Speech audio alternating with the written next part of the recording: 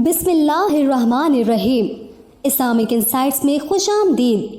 دوستو، آج کی ویڈیو میں ہم آپ کو حضرت حلیمہ سعدیہ رضی اللہ تعالیٰ عنہ کے بارے میں معلومات فراہم کریں گے، لیکن ویڈیو شروع کرنے سے پہلے ہماری آپ سے گزارش ہے کہ ویڈیو کو لائک کر کے ہمارے چینل اسلامک انسائٹس کو سبسکرائب کر لیجئے۔ مکے کے سنگلاخ پہاڑوں کے عقب میں 85 کلومیٹر دور مشرق کی جانب طائف کے سرسبز و شاداب وادی سے ذرا آگے بنو حوازن کا علاقہ تھا، جہاں قبیلہ بنی سعد آباد تھا۔ عرب کا یہ قدیم قبیلہ اپنی فصاحت و بلاغت اور حکمت و شیریں کلامی کی بنا پر حجاز میں معروف تھا۔ یہ لوگ نہ صرف خود فصیح و بلیغ عربی بولتے بلکہ زبان کے محافظ اور معلم بھی تھے۔ اسی خوبی کی بنا پر عرب کے صاحب حیثیت شہری اپنے بچوں کو ذہنی و جسمانی تربیت اور خالص عربی زبان سیکھنے کی غرض سے ایک خاص مدت تک اس قبیلے کی خواتین کے حوالے کر دیا کرتے تھے۔ یہ عورتیں سال میں 2 مرتبہ شہروں کا رخ کرتی اور نومولود بچوں کو مناسب اجرت پر اپنے ساتھ لے جاتی۔ انہی عورتوں میں ایک معزز و محترم خاتون حضرت حلیمہ سعدیہ رضی اللہ تعالیٰ عنہ بھی تھی، جنہیں نبی آخر الزماں سرور کائنات نبی کریم صلی اللہ علیہ وآلہ وسلم کو ایام رضاعت میں اپنے آغوش میں رکھنے اور 2 سال تک دودھ پلانے کا شرف عظیم نصیب ہوا۔ ان کے شوہر کا نام حارث بن عبدالعزیٰ اور کنیت ابو قبصہ تھی۔ وہ بھی قبیلہ بنو سعد ہی سے تعلق رکھتے تھے۔ حضرت حلیمہ سعدیہ رضی اللہ تعالیٰ عنہ کے بچے عبداللہ، انیسہ اور شیمہ حضرت صلی اللہ علیہ وآلہ وسلم کے رضاعی بہن بھائی تھے۔ حضور پاک صلی اللہ علیہ وآلہ وسلم کو اپنے رضاعی بہن شیمہ سے بے حد انسیت تھی کہ وہی آپ صلی اللہ علیہ وآلہ وسلم کو گود میں کھلاتی اور لوریاں دیا کرتی تھی۔ ناظرین، حضرت حلیمہ سعدیہ رضی اللہ تعالیٰ عنہ فرماتی ہیں کہ ان دنوں ہمارا علاقہ شدید ترین قحط اور خشک سالی کا شکار تھا۔ وہ مئی کا ایک سخت گرم دن تھا کہ جب ہمارے قبیلے سے خواتین کا ایک قافلہ نوزائیدہ بچوں کے حصول کے لیے مکے کی جانب روانہ ہوا۔ اس قافلے میں شامل خواتین میں سے ایک میں بھی تھی۔ میں اپنی سفید لاغر گدھی پر سوار تھی۔ میرا خاوند حارث، دودھ پیتا بچہ عبداللہ اور میری خستہ حال کمزور اونٹنی بھی ساتھ تھی۔ میری گدھی نقاہت اور کمزوری کے سبب نہایت سست رفتاری سے سفر طے کر رہی تھی، جس کی بنا پر قافلے کی تمام خواتین مجھ سے عاجز تھی۔ چنانچہ وہ سب مجھ سے پہلے مکے پہنچ گئی۔ انہیں سب سے پہلے حرم کعبہ کے متولی اور مکے کے سردار عبد المطلب کے گھر لے جایا گیا، لیکن انہوں نے جب بچے کے یتیم ہونے کا سنا تو خاطر خواہ انعام اکرام نہ ملنے کے اندیشے کے پیش نظر بچہ لینے سے انکار کر دیا۔ یہاں تک کہ جب میری سواری مکہ پہنچی تو ہمارے قبیلے کی تمام خواتین بچے حاصل کر چکی تھی۔ میں نے اپنے شوہر سے کہا، اللہ کی قسم مجھے خالی ہاتھ جانا ذرا اچھا نہیں لگتا، اور پھر اپنے شوہر کے مشورے پر اس یتیم بچے کو صرف اس بنا پر لے لیا کہ قبیلے کے لوگ خالی ہاتھ آنے کا طعنہ نہ دے۔ ناظرین، یاد رہے کہ حلیمہ سعدیہ رضی اللہ تعالیٰ عنہ کہتی ہیں کہ جب میں نے آمنہ کے لال کو گود میں لیا اور اپنے ڈیرے پر آئی تو دیکھا کہ میری سوکھی چھاتیاں دودھ سے بھر چکی ہیں۔ میرا بچہ بھوک سے ہر وقت روتا رہتا تھا۔ آج پہلی مرتبہ اس نے اور حضرت صلی اللہ علیہ وآلہ وسلم نے بھی شکم سیر ہو کر دودھ پیا، اس کے باوجود دودھ کم نہ ہوا۔ شوہر کی نظر اونٹنی پر پڑی تو اس کے سوکھے تھن دودھ سے لبریز تھے۔ واپسی کے سفر پر میری لاغر گدھی نے اپنی تیز رفتاری سے سب کو حیران کر دیا۔ میری ساتھی عورتیں رشک و حسد میں مبتلا ہو کر مجھ پر آوازیں کسنے لگی۔ جب ہم گھر پہنچے تو میرے گھر پر اللہ کی برکتوں نے ڈیرے ڈالے ہوئے تھے۔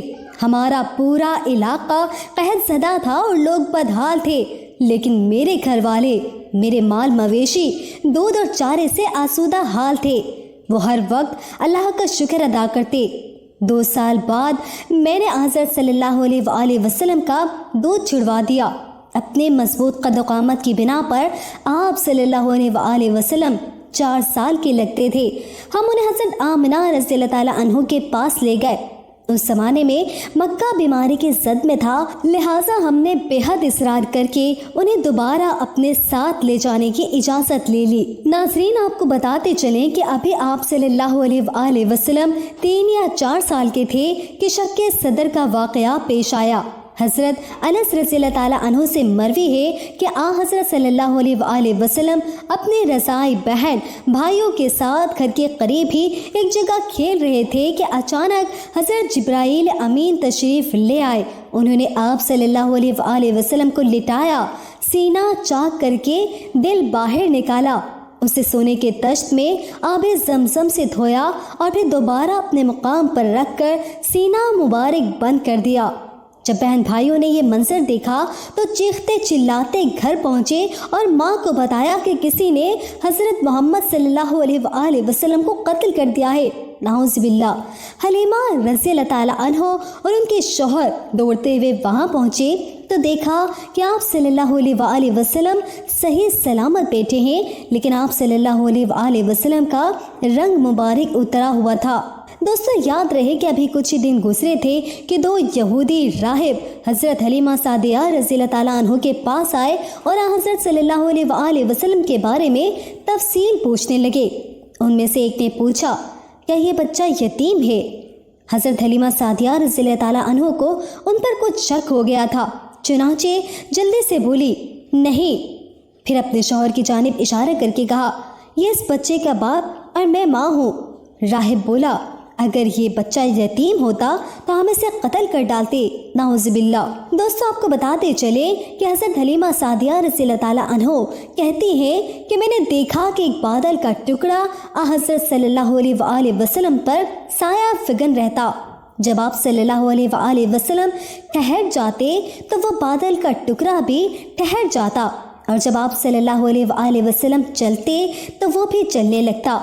یہ چند معجزات ایسے تھے کہ جن کی بنا پر حضرت حلیمہ سعدیہ رضی اللہ تعالیٰ عنہ خوف زدہ ہو گئی اور حضرت صلی اللہ علیہ وآلہ وسلم کی حفاظت کے پیش نظر آپ صلی اللہ علیہ وآلہ وسلم کو والدہ کے حوالے کر دیا۔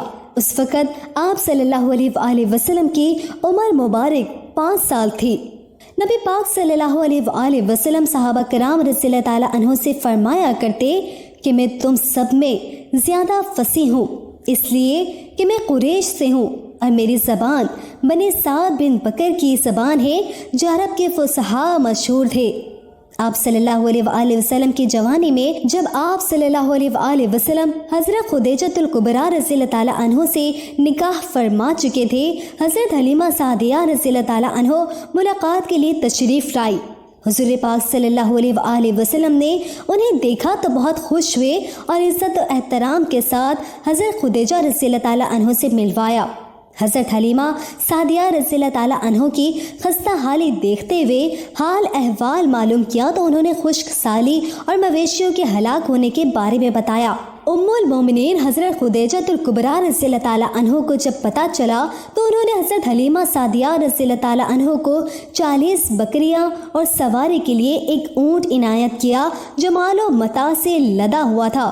آپ صلی اللہ علیہ وآلہ وسلم نے یہ سب سامان دے کر اپنی والدہ کو رخصت کیا۔ نبی پاک صلی اللہ علیہ وآلہ وسلم ایک دن مسجد نبوی میں صحابہ کرام رضی اللہ تعالیٰ عنہ کے ساتھ مصروف گفتگو تھے کہ کسی نے اطلاع دی کہ ایک بوڑھی عورت ملاقات کی متمنی ہے۔ آپ صلی اللہ علیہ وآلہ وسلم نے اجازت دے دی۔ جیسے ہی آپ صلی اللہ علیہ وآلہ وسلم کی نظر مبارک بوڑھی عورت کے چہرے پر پڑی تو تیزی سے اٹھے اور میری ماں کہتے ہوئے ان سے لپٹ گئے۔